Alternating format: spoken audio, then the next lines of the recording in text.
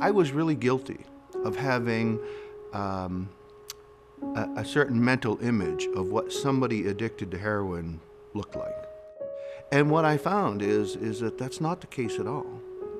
We're seeing people, we're seeing soccer moms, we're seeing professional people, we're seeing people from all walks of life, and this drug does not discriminate. And the other myth is that, I think some people look at folks who are caught in this horrific place as, asking for it somehow, because, their sense, I think, is that people, just made really bad choices. And what we found is, are there people that made bad choices? Sure. But are there also people, there's lots of people who,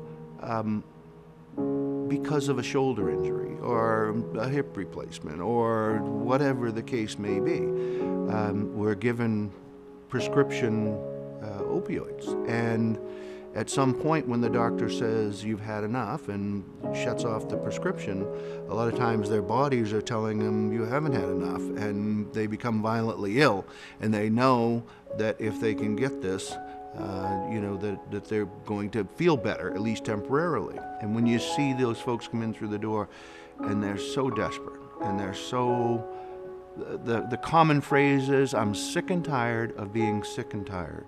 90% of the people that we see come in through the door have gotten to that low point in their life. They have no insurance, they have no employment, they have no means of paying, they've lost everything, they're broken people. And so when they're going out and they're, something's happening to them and they're going in the rescue, nobody's paying that tab except for us as taxpayers. And then they go to the hospital, nobody's paying that tab except for us, as with increased costs and so forth. Then they're getting out of the hospital and they're going back to Walmart or one of the big box stores to steal something. We're paying for that in the cost of goods, because that's got to be made up someplace. And then we're arresting that person. That costs money to put them through an overcrowded court system and so forth. We put them in jail. That costs money.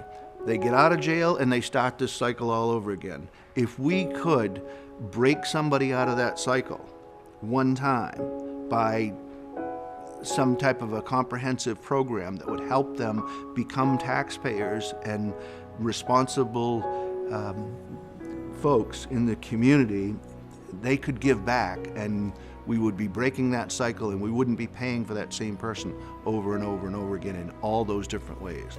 And what really needs to happen is we need to have a system where we can get people through detox, into treatment, get them out of treatment, into a sober living environment where they can start to thrive and start to build their lives back again, get jobs, start to because they lose all their life skills and so forth when they're in the midst of this as well. And they need to be, have some help to get that back on track so that they can do the things that they need to do to be productive folks.